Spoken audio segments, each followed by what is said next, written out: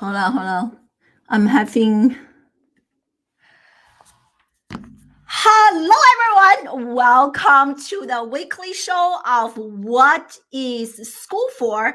My name is I'm the CEO of Classroom Without Walls and the host of this weekly live streaming show. You can also listen to us on the audio-only podcast. Just search What is School For? On this show, I interview leading education professionals, teachers, parents, students, business leaders, entrepreneurs to come here to discuss, debate, and disrupt education with us. The goal is to future-proof the next generation.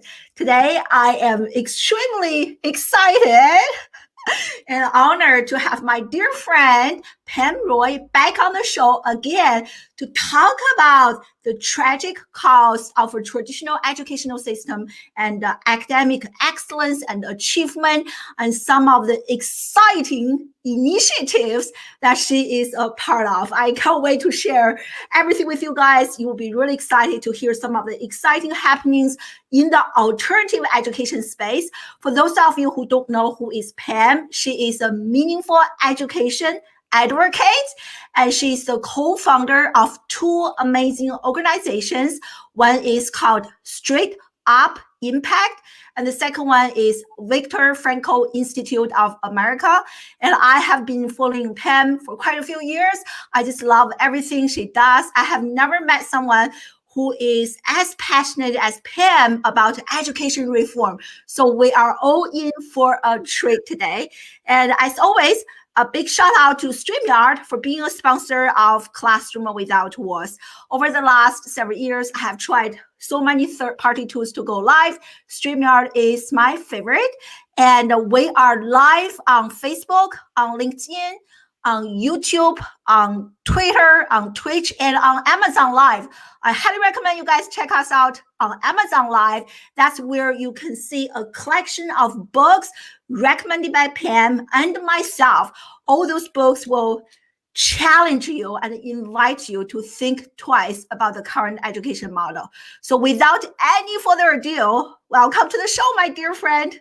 Oh, I'm so happy to be here. And it's always so great to talk to you because I have also followed you since the very beginning as you left the university system and decided to do something about it and break down the walls and try to get kids exposed to real life and what was happening in real time. So I am honored to be here with you and have this discussion. Oh, likewise.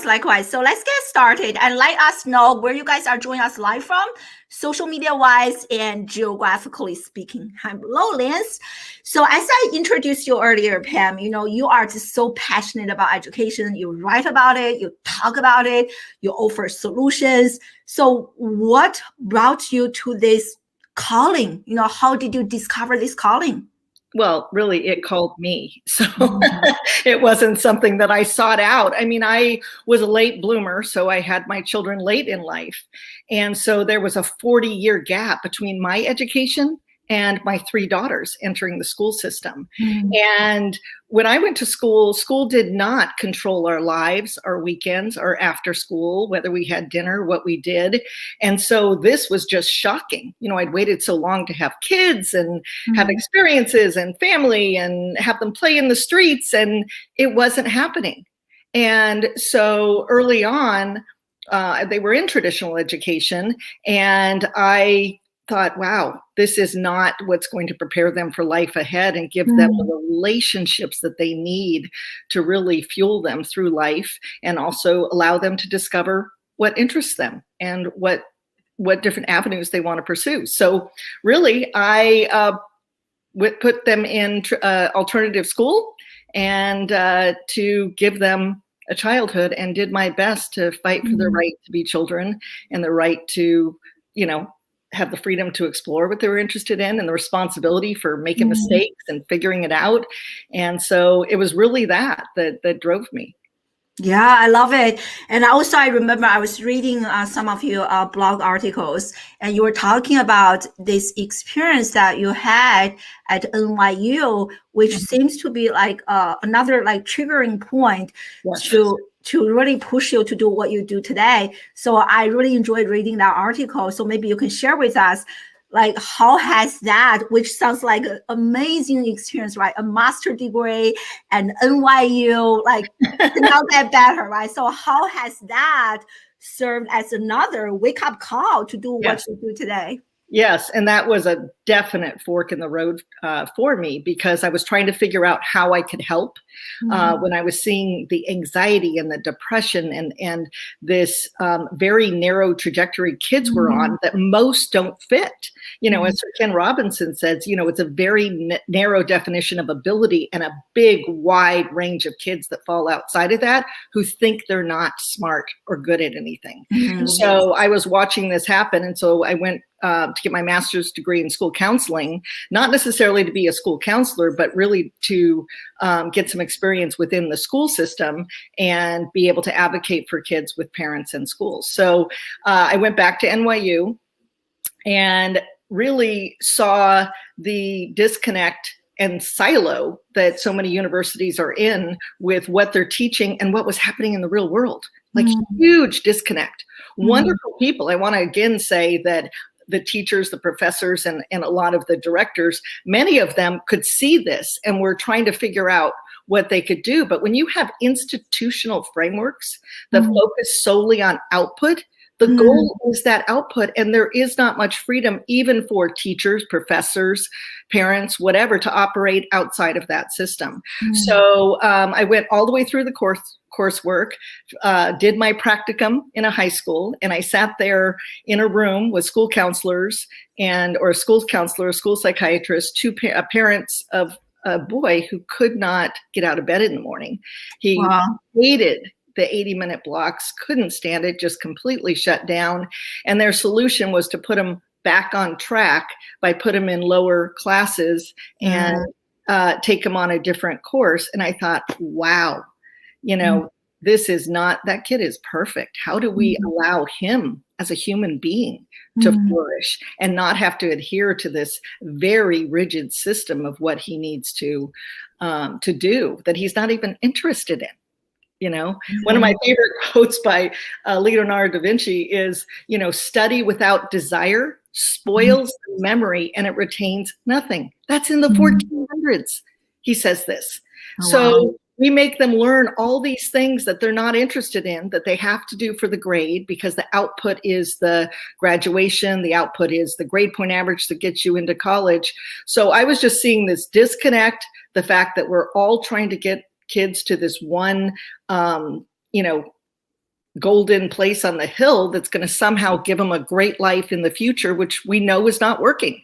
So as a businesswoman, I know from investments that's not working, because the world skills that we need in our businesses, et cetera, are much different than the factory, you know, adherence to compliance and conformity that we had so many years ago when the education model was designed.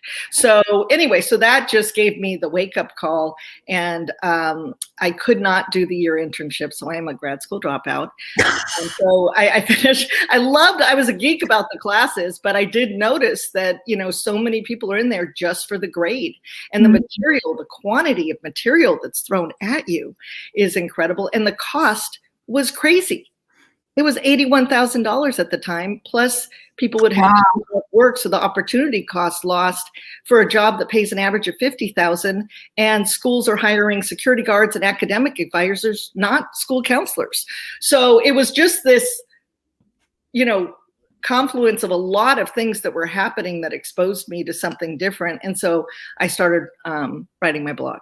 And just wow, what an incredible journey. And the quote you shared reminds me of another similar quote from Albert Einstein. I think he said something like, school has become so draining to him that even after 1 year that he had finished school, he couldn't even think of any math problem, because they have become so distasteful to him as a result of that devastating and draining educational experience. Really, really powerful.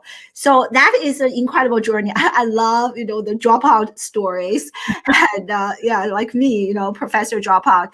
So you call yourself a meaningful education advocate, which I love the term. So can you explain to us what do you mean by meaningful education? And that term is coined in reference to what? To Viktor Frankl's meaning-centered philosophy and theory called logotherapy. So one of the readers of my blog, who was an acquaintance at the time, who's now a dear friend, Margarita Salazzo, she introduced me.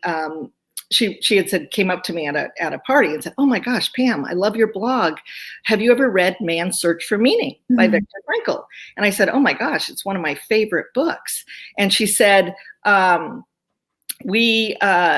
Alex Vesley, his grandson, is staying with me right now, and I've been showing him your blog. Would you have lunch with us? We are doing a series of short films on teen suicide. And I said, love to. Oh my gosh. So met Alex, and he is incredible. He is definitely someone who has carried on his grandfather's legacy about how important meaning is. And meaning is something that's unique to the human. So really, you start with the individual human. There's 7.5 billion people on this earth, and each one is unique and different. And Viktor Frankl would say we're made up of a mind, body, and spirit. You can't separate one out. And so he argued a lot about the mechanistic education system, and actually the mechanistic industrialized system of the way we do business that devalues the human. With the focus on shareholder return. Workers cannot be who they are. They cannot share that part of themselves. They are looked upon as someone who can produce output. We do that in schools. That when we are an I, not an it, is what he would say. So the minute you say you're a student, a worker, you've lost your individuality. And so his extensive research that was as a doctor specializing in suicide, he was a psychiatrist who specialized in neurology and psychiatry, was that he was more interested in what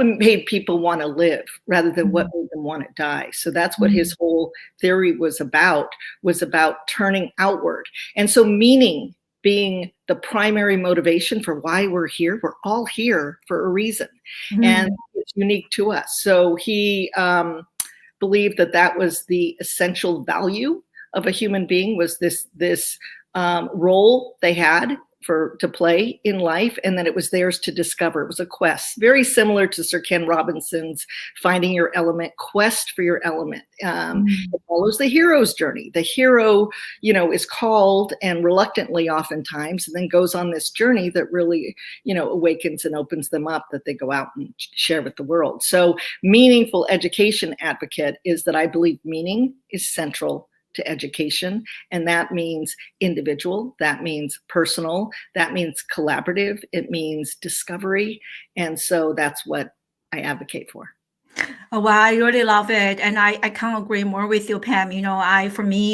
I taught in the classroom for 15 plus years, and now I run my own company. And so many students who come to me, they are so lost in terms of who they are. They have no idea who they are. They're also feeling very lost in terms of their future. What do they want to do? So I think this pursuit of meaning, it is so, so, so important. Many people say the pursuit of happiness, but it is actually, right? Maybe you can even share that with us. I think you have another blog article. You were talking about why the pursuit of happiness should not be the ultimate goal that we encourage our children to, strive for. Why is that? Even though that is something we hear all the time. Right. Well, and Viktor Frankl would say happiness, just like success, is a byproduct of having found meaning or doing something meaningful. So you need a reason to be happy, but also life can't be happy all the time, even if you're trying to make it happy. So it has guilt, suffering, death, part of life. We do not escape that. So you can't be happy all the time. And we've created a culture where if we're not happy all the time, we think something is wrong with us, or that our kids will get to college, get a degree, and somehow have a happy life after that, which is not what's happening, because meaning and being able to lead a meaningful life is what gives you the contentment and the happiness or joy that would happen in your life, because you're doing something fulfilling by doing something bigger than yourself. Viktor Frankl was very much about the ability of humans to self-transcend, to transcend themselves to something greater, whether it be a cause or whether it be another human to love. So he really believed that the importance of us to look outward instead of inward, and yet our entire systems are focused on us critiquing ourselves and each other, competing with each other. And he would say, we have eyes that look outward, right? Our senses are outward. The only time we look at ourselves is if we have a cataract in our eye, or there's something, we're in pain. We are not designed to be so self-focused. The only time we're that way is if we're sick. So really, it's an interesting cultural thing. Like, I don't believe this is necessarily unique to education. I think it's intensified in our children in education, that they do not learn to listen to themselves, their conscience. And so this is what Viktor Frankl said the aim of education is to teach youth to listen to their conscience so they make independent and authentic decisions, so they can respond to whatever happens in their life, that they have the ability to decide how to do that, the ability to take a stand towards things they disagree with or suffering. But within our system, that's not allowed. You can't challenge a teacher. You can't challenge a concept. So I so agree. I mean, like, it is like, when you think about it, when a kid starts this formal educational journey, so everything is given to the kid, especially as they become older, right? The curriculum is designed, what courses you want to take, like recommended by your advisor, and very few, we don't have enough, we have academic counselors, but we don't have life counselors at school to really help our kids to look from the within, to talk about something that they want to take. So by the time they get to college, which is the students that I work with, they're just like numb. Their heart is numb. They're like, tell me what I need to take, right? Yeah, I so agree. So here is a great question from someone joined us live on LinkedIn. So the idea of education reform has been around since at least John Dewey in the early 19th, yet it doesn't seem like we have made much progress on better pedagogies over the last 100 years. So why is that? Big question. So what do you think? Because the pedagogy is external. It's not based on the individual, allowing them the process. We say kids need to learn X, Y, and Z, and that's what we're going to pour into their heads, right? So Viktor Frankl would say this is reductionism. We just focus on a brain, that we're going to program them like a robot, and then that is going to make them have a great life and be a great citizen. When in fact, if you really look at humanness, our humanness comes from experience. I mean, you talk about it so much, in the amount of content that you need, the what, versus the experience, the why, the who, and the how that goes along with life to be able to contribute what you have to the world. So I think we try too hard to program people, and that is the issue, which is again the industrial model of shaping and molding along a process that somehow turns out a human being, which it doesn't. That's not how humanness works. So I think the whole issue is standardized pedagogy to begin with. And like this cookie cutter approach. Actually, last week I interviewed a young man. He's only a high school student, 17, and he even shared that like he didn't learn anything about life, about whatever. Even the courses that he was taking from his high school were not teaching him as much as how much he has learned from real life projects, and like hosting a podcast. It's like talking to real life people has taught him a lot more than some of the classes that he has been taking in his high school, which is very sad when you think about it, on top of the money, the investment, the time, and the mental stress, right? Yes, and that's exactly it. The intensity of time that they have to put in to doing meaningless stuff, And this is what creates that void. I mean, Viktor Frankl used to call this, he called it the existential vacuum. Existentialism is why we exist, why we're here. And when that's denied, we do aggression to ourselves and others. We numb ourselves with addiction, and we get really depressed. We just shut down, and that can go from anxiety to suicide. So we have these human reactions to these situations that are, Viktor Frankl would say, an abnormal reaction to an abnormal situation is normal behavior. So I'm looking around at this, and so is the Viktor Frankl Institute of America, and saying, we've created this by treating people, human beings, as if they are only worthy of their output. And we do this with grades, with parents. If you ask a parent, how's Johnny? They most likely will say how he does in school. Is he good in school, not good in school, what his grades are, how he excels on the soccer team or not. And yet, that says nothing about Johnny. It says how well he conformed and complied to the system. Yeah, that's right. And we know from Todd Rose that there is no mythical average person. So grades are subjective, and they're built on test scores partly that compare average students. It's like comparing apples, oranges, blueberries, bananas that have to grow in the same environment and saying, well, this one's not growing, so something's wrong with it. That is crazy. And we're seeing it in our youth. So my passion comes from enough of us putting institutions in charge of our children to raise them, rather than, institutions by their definition have to focus on measurable output, not nurturing human beings. That's what happens in community. So a lot of this is what led me to become a filmmaker. Yeah, exactly, which is what we're going to discuss next. But it is so fascinating how much, almost like Dr. Peter Gray on the show, Dr.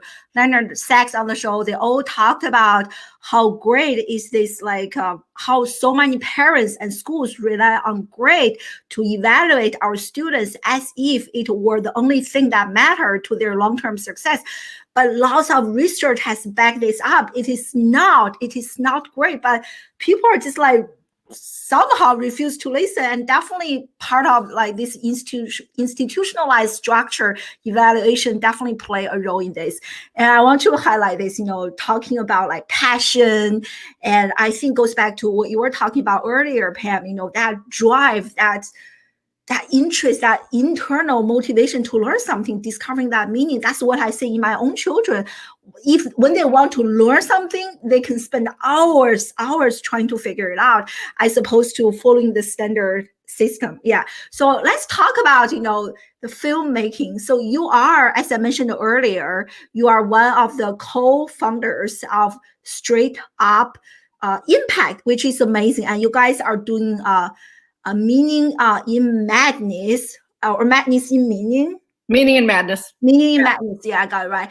And series. So I'm going to share my screen in a second. But please tell us more about this initiative, organization, and your film series. Well, never say never, because I said I would never be involved with Hollywood. And then I met Kate Cohen and Marisa Pulvino. They were introduced to me by Alex Vesley, Viktor Frankl's grandson, who they were doing the feature film for Man's Search for Meaning, and also a series of shorts. They're both moms, both equally passionate about what's happening to our children. And so we got together about this series of films about suicide. And I said, suicide's one end of a spectrum. It starts with anxiety. Like, what are we doing to our kids? And so we got together, and it has just been amazing. They are my tribe. They are incredible women. And we decided, along with Alex and some other members of our wonderful team, to do a series that addressed the systemic issues that are affecting our children, which are cultural. And the first film is about education. And so we went out to, and we wanted to give youth voice. This wasn't about a documentary, intellectualizing what's going on with the school system. It's about what's the experience of youth. And because they are amazing filmmakers, they did an incredible, incredible job of, putting this film together. And so I'm so, honored and pleased to be a part of it. Yeah, so I'm going to show the trailer in a second. I love how you even got like Sir Ken Robbins. Unfortunately, he passed away. Yes. And yeah, and his daughter involved in this project. Yes. Like, like what two of my heroes in my life, if someone said, who would you want to have dinner with, it would be Viktor Frankl and Sir Ken Robinson. I'm not much of a, famous actor, whatever it is, but they have inspired me so much. And so the fact that Sir Ken Robinson joined as an executive producer, because they share that issue, they share three themes: humanness, like everyone is unique. No two children are alike. You cannot compare human beings. That standardized industrial education is devaluing to the human, that you can't make humans fit standardized mold. It distresses them. Absolutely. And that there is hope by honoring that individuality, by giving responsibility, by giving freedom to choose and learn to decide. But these mechanistic systems, we get comfortable just complying and conforming. And so unfortunately we've got to the point where we're just following along rather than stepping back and questioning this stuff and challenging it, like you are, and so many of us are. There are so many. I see so many people that were on here that have joined in that voice to do the same. So the film really came out of that, was to give youth a voice. The first one deals with what it's like to be a youth in our standardized system of education. And we found Mackenzie at a time when she had a story she wanted to tell. So again, it's a documentary. We didn't give her a script. I mean, she is an amazingly strong young woman who went through a very vulnerable time. And you'll see it was well, you won't see it in this, but it was a very dicey time for herself. And she actually embodies Viktor Frankl, that going through suffering and transcending it and transforming it into a cause greater than herself is what gave her well-being. And she's now a woman on a mission. It's pretty exciting. So we're going to show the teaser, and next week, May 20th, 5:00 Pacific time and 8:00 Eastern time, we're going to launch the film. We can talk about that after we show the teaser. Yeah. So let me show the teaser. I don't even know how many times I watched the teaser. It is like my husband and my own children, we all watch it. It is so like resonate a lot with me because I grew up in that type of educational system. At the same time, it is so sad to watch that, right? Like from her journey and to like homeschooling to where she is today. At the same time, I'm thinking about, I still have so many friends whose children are going through the same path that I went through almost like 3 decades ago. So let's watch this trailer, and I'm going to share my screen again.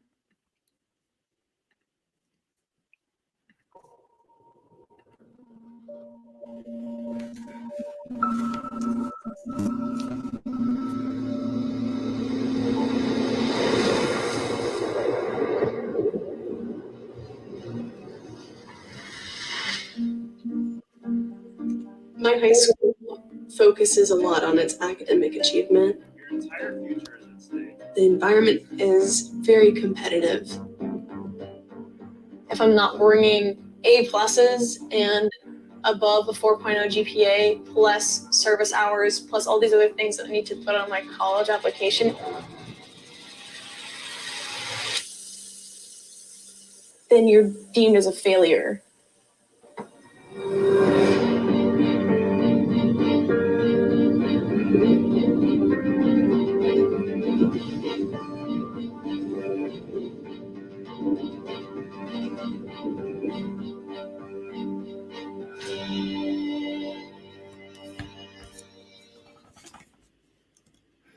That is so powerful.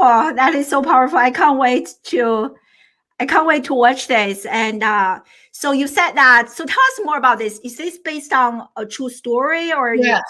Yes. And this is why it was so hard. I mean, we had to find a youth who had a story they wanted to tell, who could tell it and wanted to tell it on camera, which knocked a lot of them out because many of them experience what she's experienced, but they're reluctant to say it in front of the camera.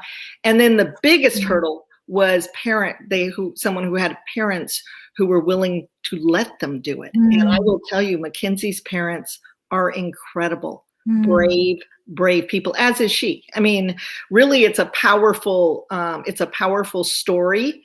And really, my role with Straight Up Impact is I wasn't so much interested in making films as what the power of film could do to be able to inspire actionable change. And that's where my role plays in the Straight Up Impact.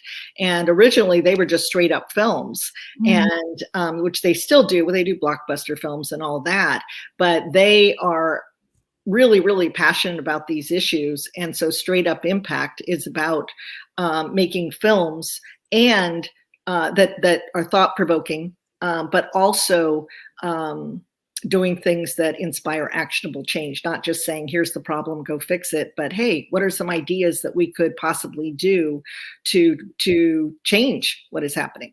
Yeah, absolutely. I have the website here. Those of you who are just as obsessed as I am about watching that and sharing the message, so definitely go to straightupimpact.com to check it out, share the trailer, share the teaser. And I had the honor to actually watch the entire thing, and which almost made me cry, because in that the short film, she also shared children actually committed suicide, and which reminds me of, as I was getting prepared for this interview, and according to the American Psychological Association, teenagers are the most stressed out population in the United States. Not single parents, not working professionals, but actually teenagers.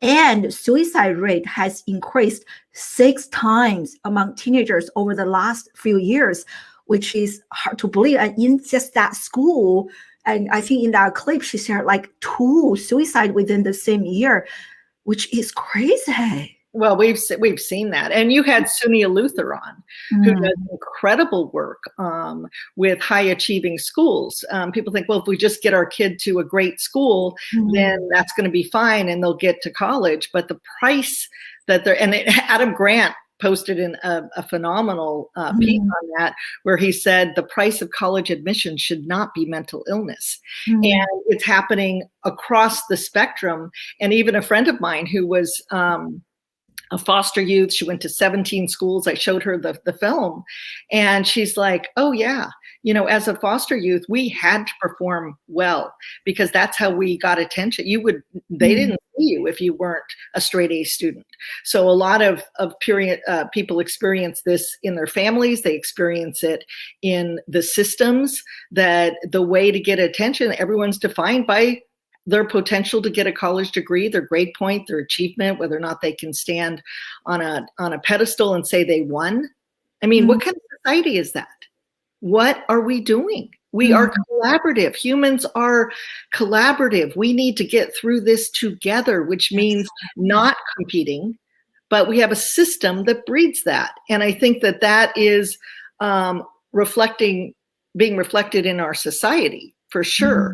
But it really ramped up. Like when I went to school, whether you went to college or not, whatever.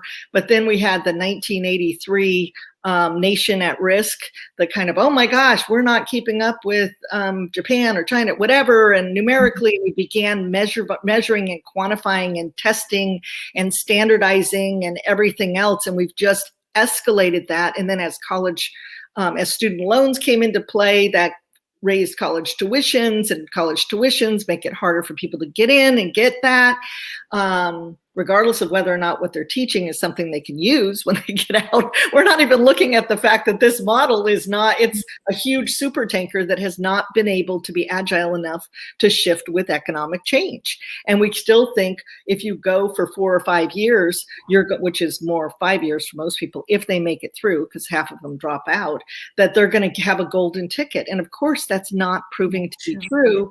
And what's worse is Brandon Busteed was on your show, and he was saying only 30% of college students do internship.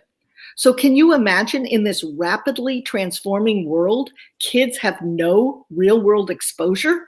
Yeah. For 5 years, they're in a silo being given content. Exactly. That is, and colleges need to change, but a lot of it, what I learned when I was there, because I was seeing new forms of ways that counselors could help in schools, but accreditation would not let us do that, because we would go to the old model. So you have this anchor. So while many schools are looking to transform, so I don't want to make them all, whatever, they understand, but the way the system is designed, the system does not allow for agility and change, because there's so much accountability that has to happen, but it takes them farther and farther away from the ability to be agile and entrepreneurial in the ways they need to do it. Absolutely. And I was just thinking about this the other day. I was like, wow, how can we force our students to discover their calling in life by just sitting in the classroom, reading a few books, listening to a few teachers? It is not going to happen. They must have to practice, apply the how part, right, in real life. That is how they discover meaning, their calling, and how they actually learn what they have learned in the classroom, not by just like sitting in the classroom.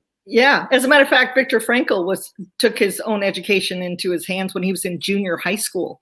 Wow. And he was challenging a biology teacher who just said, we're all combustible, whatever. And he's like, what? What about meaning? And he began this journey where, and this is the time when Freud was just coming out. And so he literally, and he was an honor roll student up till junior high. And then his grades plummeted because he was taking adult night classes in psychology and philosophy and educating himself in a different way from the time he was a teenager. So, so he himself followed his own calling. And I think Peter Gray talks about how important childhood is, how important play is. Absolutely. How important it is to be able to experience different things and different people and touch things, how important our hands are to actually, get dirty and experience things and build things and all of that. Yeah, definitely. We have some great questions. So here is one question. Someone joined us live on YouTube. Thank you. So why, we are as parents are constantly comparing our children to each other? What do you think, Pam?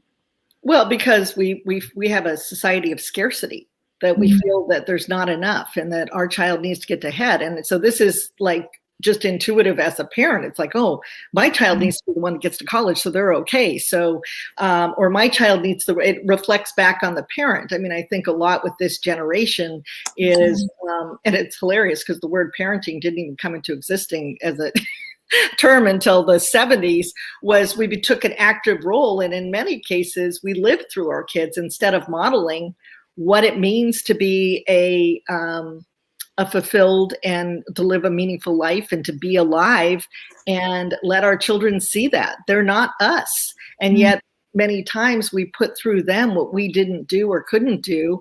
And I think it's just the way that we've been formed through this, again, scarcity model and industrialized model, that there's only so many, everybody has to go in the same door. Yeah, I totally agree, right? There's only one way, right? Like if my kid is not there, like, someone else is going to take this. So with that, and also actually I found this article that you were talking about earlier, Pam, the New York Times article, we're talking about, everyone blames pandemic for the mental health issues in our children. Mm-hmm.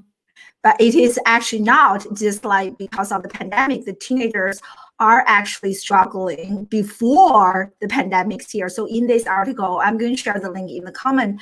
Everyone should check it out, talking about mental health issues, talking about children attending high achieving schools and number of issues, and the cost of college admission is mental health.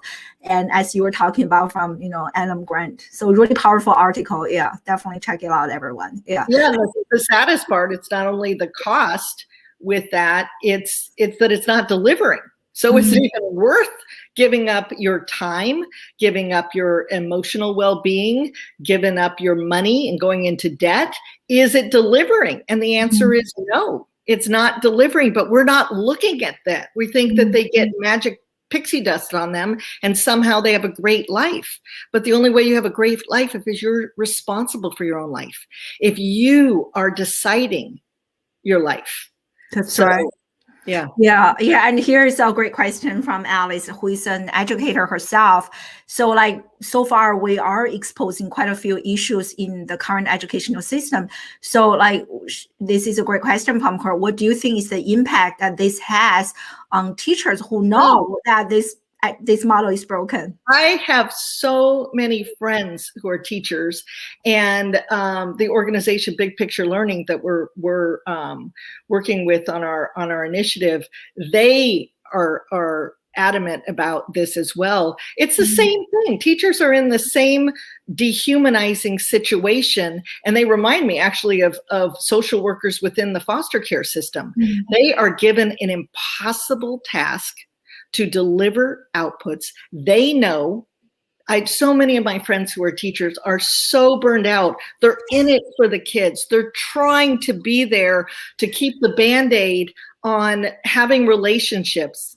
But what is so interesting is that when Viktor Frankl used to travel around after Man's Search for Meaning, and there was a lot of suicide happening, this in the 60s and 70s on college campuses, and the professor said, well, how can we teach these kids values? And he said, don't teach values.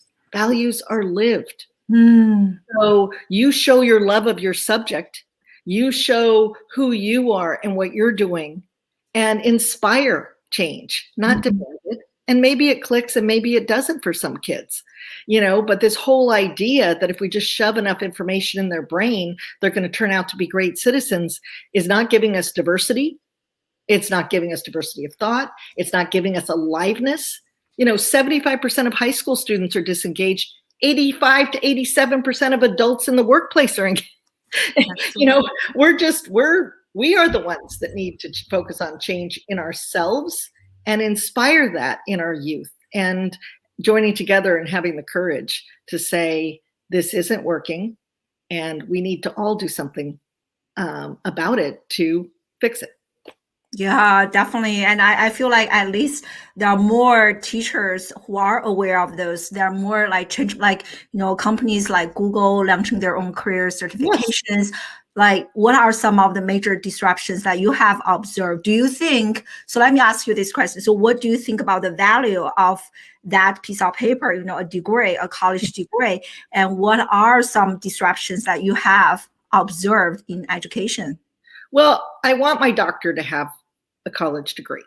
I want certain scientists to have a degree, although I also think we ought to have scientists who don't, who look at things differently, which we see in the entrepreneurialism.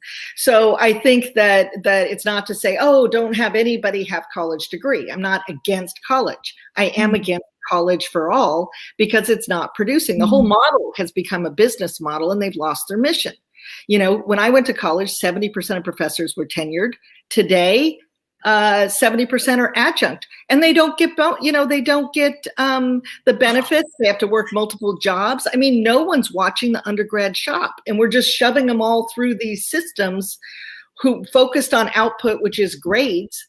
It's not about learning and exploring and having discourse, differing opinions. So that is the issue. But I see corporate training programs. You have online Coursera, Udacity, edX, all of these different kinds of programs. What needs to happen with those is we need to do in-person, connectivity with them. But corporations and companies, communities are teaching these extension courses at colleges.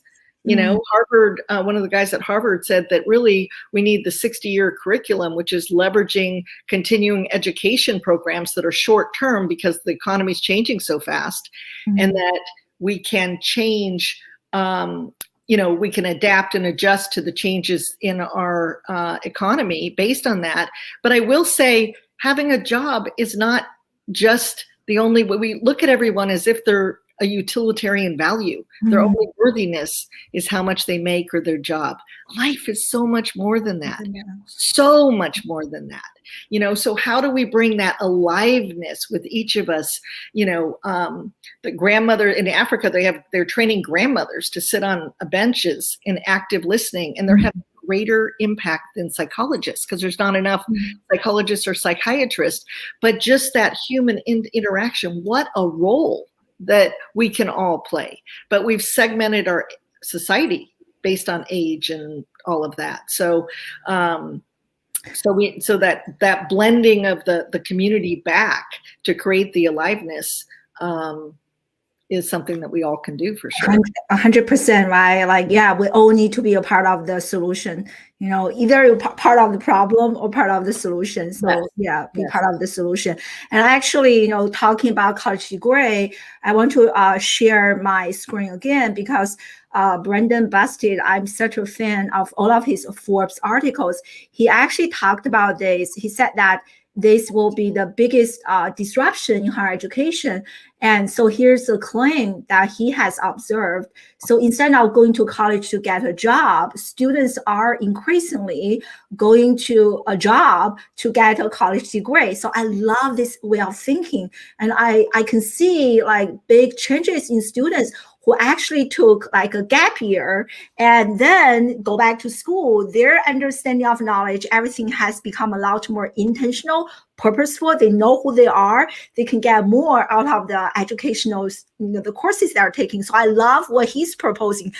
Like go to a job, and through the job, they gain training, and then maybe eventually go back to get a college degree. So I think that is a very exciting model to me. What do you think, Pam? Well, I love it. And that kind of goes into the initiative that I'm working on with Big Picture Learning, Straight Up Impact and Big Picture Learning, called Be Unbound, is to actually allow youth to go out into the community with supportive adults and explore based on their interests, based on meaningful interactions. And I think that this is the work that they have been doing. We're looking for someone to partner with because again, I wasn't interested in just making films and saying, here's the problem. I wanted to figure out how we can do actionable change. And I believe the actionable change happens in community. It doesn't happen in school systems. It doesn't happen in governmental systems. It happens with us, each of us making this choice and contributing what we can from where we are. And so that's when Kate Robinson introduced us to Elliot Washer, who was the co-founder of Big Picture Learning, and an amazing man who's a educator, principal, 52 years. Right. So 26 years ago, he and another educator decided to start a new kind of school in underprivileged areas where kids would leave 2 days a week to go into the community to find mentors and learn, that they would be able to be an advisory where someone could see them and know them and know their families and know their situations and stay with them. And they have 135 schools and really do amazing thing. It's just an incredible organization, but we did not want to do schools. We're like, we can't tell people go to a certain kind of school and there aren't enough of them. How can we leverage the principles of what you're doing and do it in our community? And that's what we joined together to do with Be Unbound. Because if some kid was in a mentor program and their family moved, their mentorship's gone. So how do we make not only mentors, but interest exploration? It could be people who are just calling to say, I want to know what a lawyer does. You know, and an adult can say, look, I'm not going to be a mentor for weeks, but I can answer questions about what I do and help youth understand it. So that was the initiative that we're working on right now that's under development, that is that we're going to announce on May 20th as well, called Be Unbound, which is BU Unbound, which is in community, youth-driven, adult-supported, free to all 14 to 24-year-olds, regardless of where they live. Yeah, as you were talking about this, so maybe I have the date here. So maybe you can also share. And for people, we shared the teaser earlier, for people who want to watch the entire short film of McKinsey. And so how can they register? Where can they go? Yeah, they can register on our website, straight-up-impact.com/events, or you just go there and a pop-up will say, do you want to sign up for it? And they can definitely learn more there. And the film is only 12 minutes, so it's a very short film. We wanted to really allow the youth voice. I think the youth are our future. I mean, I know as a parent, and I know you'll say this too, really the freedom came when I started learning from my children instead of focusing on that I had to teach them everything, that I really had to be the model for them to do what it meant to live a life of meaning, struggling, not doing everything right, pivoting when I had information that changed who I needed to be for them, that kind of thing.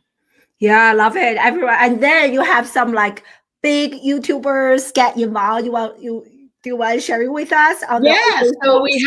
So hosting is one of my favorite humans, and he is in real life as well, is Prince EA. And Prince EA had done a video called I Sued the School System. And he also does so many other videos where he challenges our cultural thinking. And it's pretty incredible. And he just look at how many views this video. And that's just on YouTube. I mean, this has been, I think it's like 200 million views or what. I mean, people, well, just like Sir Ken Robinson's TED Talks. I mean, people are looking at this and saying, we know there's an issue. It's just that so many are waiting for a system to solve it. Oh, the teachers got to do it. The teachers don't. They're the ones that are just like the students, knowing this isn't working and taking the brunt of the system's demands on them that is literally humanly impossible to fulfill. It is that. So I think, again, it's pivoting to realize that it's our responsibility, and it's our responsibility to look outward, not our responsibility to say, what am I getting? But what's our responsibility to each other? So these are cultural issues. Really, absolutely. Very much cultural issues of what is our role in our neighbor. And COVID probably accelerated that. We realized how, stuck in the water these rigid systems are, that they couldn't adapt, they couldn't adjust. And now we need to solve for it. And there's so many parents, educators, even youth that are choosing how to do it. And saying, I can play a role in this. So absolutely. And even just having a conversation like this, like stay informed. I'm glad so many people are actually enjoying our interview. I'm also happy to see that, Jennifer, you have decided to homeschool your kids. Speaking of which, I highly recommend that, first off, you check out Pam Roy, her blog. So on her blog, I'm going to share my screen in a second. She recommended a number of books and videos that you guys can check it out. And you can also join us live on Amazon Live. So let me share my screen for a second. So if you join us live on Amazon Live, you can see here, I have a whole collection of books and that I personally love. Some of the books are also recommended by Pam. So check out this list of books and also go to Pam's website to learn and stay informed instead of outsourcing our children's education to a school, but stay in charge, still stay educated regarding what is actually happening, right? Well, and it's so nice that we're not alone. I mean, I remember when I first started this, it was like 16 or 17. I was by myself. I was the salmon swimming upstream, making a choice to pull my kids from this traditional education system. And it was it was a time when people were, no, they have to do this. They got to do this. And now there's so many. I mean, when I looked around, there was 3 alternative schools. Today, there's over 50 in my area. Absolutely. So I think that the advice I would give to parents is, 1, find others who are like you. Don't do this alone. Get the support, especially parents. Find other parents and join together to support each other in it, and look around at the different kind of options, because the community is the classroom. The community is the classroom. Libraries are exploding. They're teaching different skills. There's online, as I said, Coursera and Udacity, and then there's General Assembly. You can get short-term certificates. You can explore, form clubs, clubs about this. There's maker spaces. You can go and play and find other people who are just as geeky as you about certain things. And that's what Be Unbound is going to be about. Matter of fact, on Be Unbound, our Navigator community is a community of youth, 14 and 24, doing YouTube shows and podcasts where they're sharing what they're passionate about, but it's not a selfie culture. They're sharing with other people who are passionate.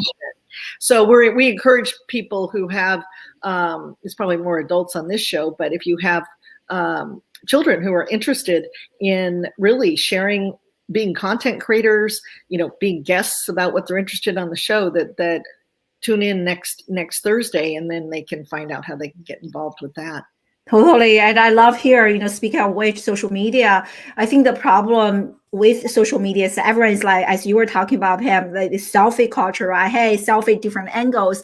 But to flip that around is like, like we have Pooja based in India, is a young lady, 18 years old, funding jobs and through social media, but to actually use social media as a way to create, to learn, as a personal and professional development tool. So what you guys are doing at the Unbound, it sounds like really fascinating. Yeah. Yeah. And I think that really social media is a tool.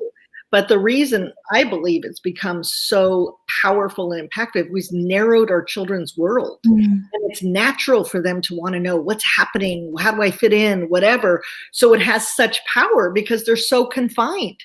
They're so isolated.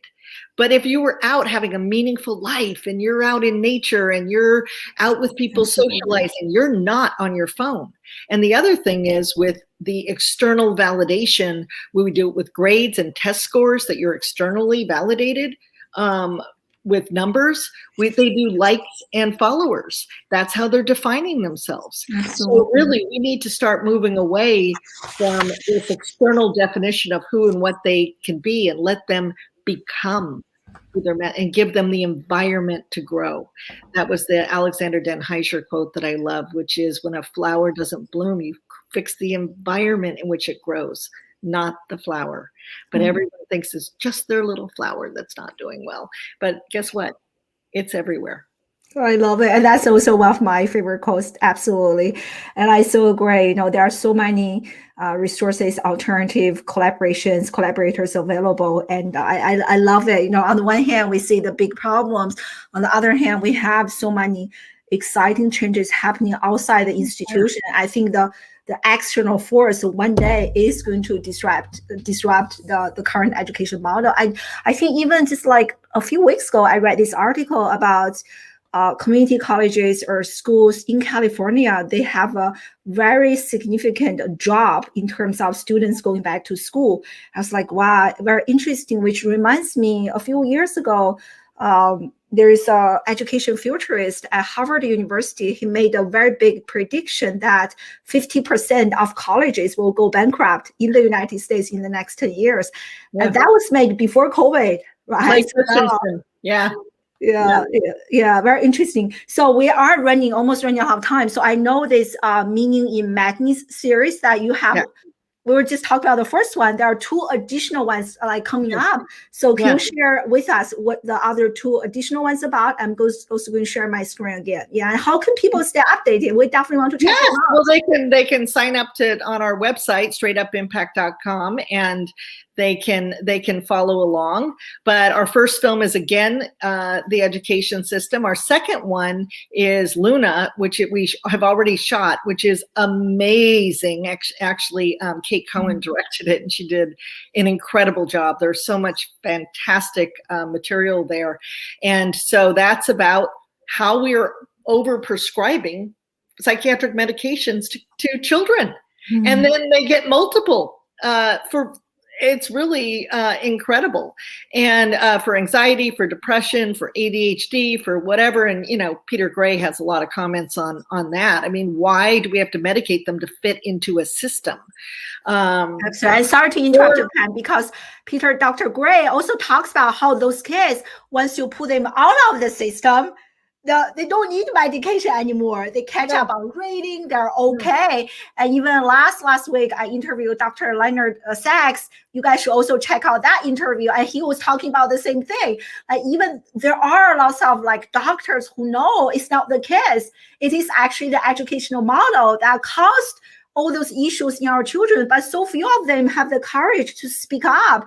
So I can't wait to check this out. Well, and it's not only that it caused that education system, but our medical system, the way we have it so that they have to pathologize in order to get paid, you know, that psychiatrists are the ones that have to do this and they can only meet with somebody 20 minutes.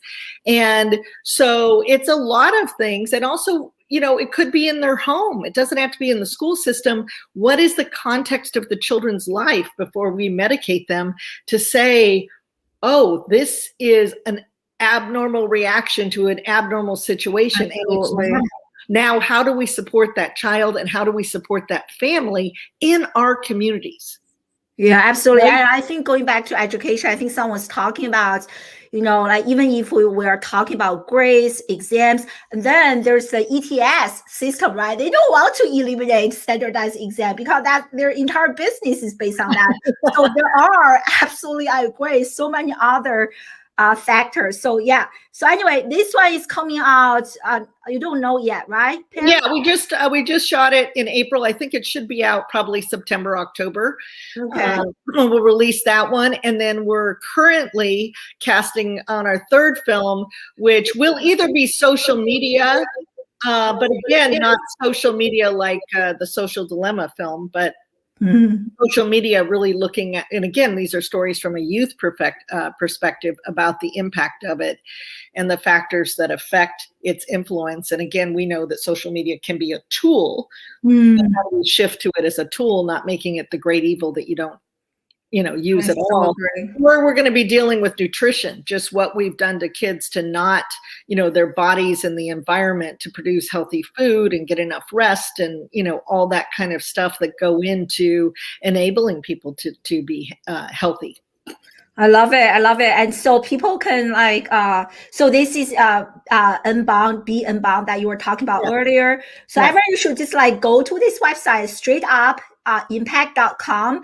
And so if people sign up, they will be like informed, right? Join the email. Yeah. So all they have to do is put their email address in and they'll be able to get the link to our May 20th event, which is hosted by Prince EA. And we have student panels with McKinsey and a couple other students. And then I have a Be Unbound panel that talks about with educators from Big Picture Learning, Elliot Washer and Javier Guzman, who talk about what we can do. Wow, that's exciting. Like McKinsey will also be there. Wow, that's exciting. Yeah, so she's an amazing woman. I will tell people that she is so inspiring, and so many youth that I meet they think as soon as they figure out it's not them, they're out there changing the world. They're out there deciding that they need to do something about this. And so that's why Be Unbound is youth driven, adult supported. We have to get out and create the environments for them to flourish, not tell them how. Let them figure it out, struggle, move, that kind of thing. Yeah, definitely. You know, not the sage on the stage, but the guide on the side. Exactly. And we all can have a role. And actually, you don't even need to wait for a Be Unbound. I did it with my children.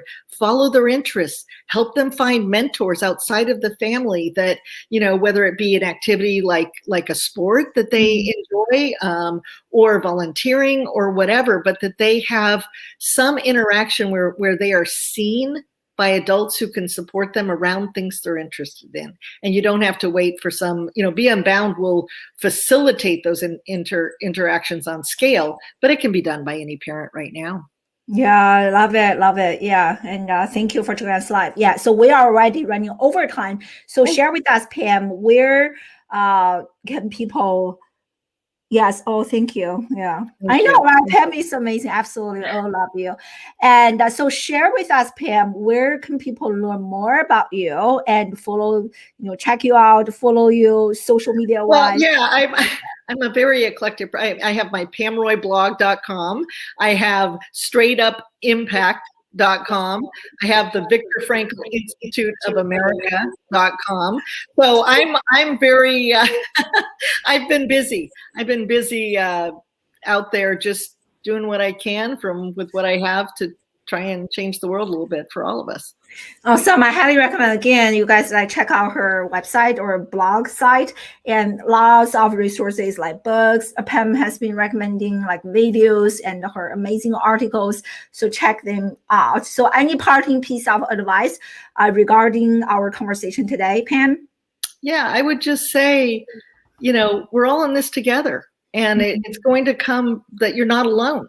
Like none of us are alone, and it's about just doing what you can from where you are and honoring that start listening to your own conscience about what you should be doing, not what your children should be doing or your husband should be doing or everybody, but just you, and then as much as we can come together to support each other in this transition period, I think it's going to be helpful for all of us. That's awesome. Yeah. And by the way, I love this from Josiah joining us live from Nigeria, classroom as a community and the community as a classroom, right? Like they are, yeah. So finally, I'll share this comment, like the brilliance. I love how you mentioned, right? So once children figure out, the problem is not me, the problem is actually the system. And then it's like, Absolutely. I love the thing, like when you change the way you look at things, the things you look at change, right? So when they change here, the things they look at do change. So I love it. So yeah, anyway,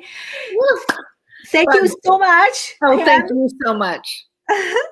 for exciting interview. Everyone definitely check out Pam, follow her on her website, blog, and social media, and join the official screening of McKinsey next Thursday at 5 p.m. Pacific time, and learn more. I'm so excited. I can't wait. And thank you so much, everyone, for joining us live from all over the globe. I appreciate you guys. And this will be the last interview before my maternity leave. So I'm taking a few weeks off, and so there will be no shows next week, or probably for a month. So don't miss me too much, everyone. I will keep you posted, or you can join my email list, classroomwithoutwalls.ai, to stay updated. Once I come back, I will make a big announcement. So look forward to continuing the conversation and learning beyond the walls. Thank you so much, everyone. And thank you again, Pam. Oh, pleasure. Bye, everyone.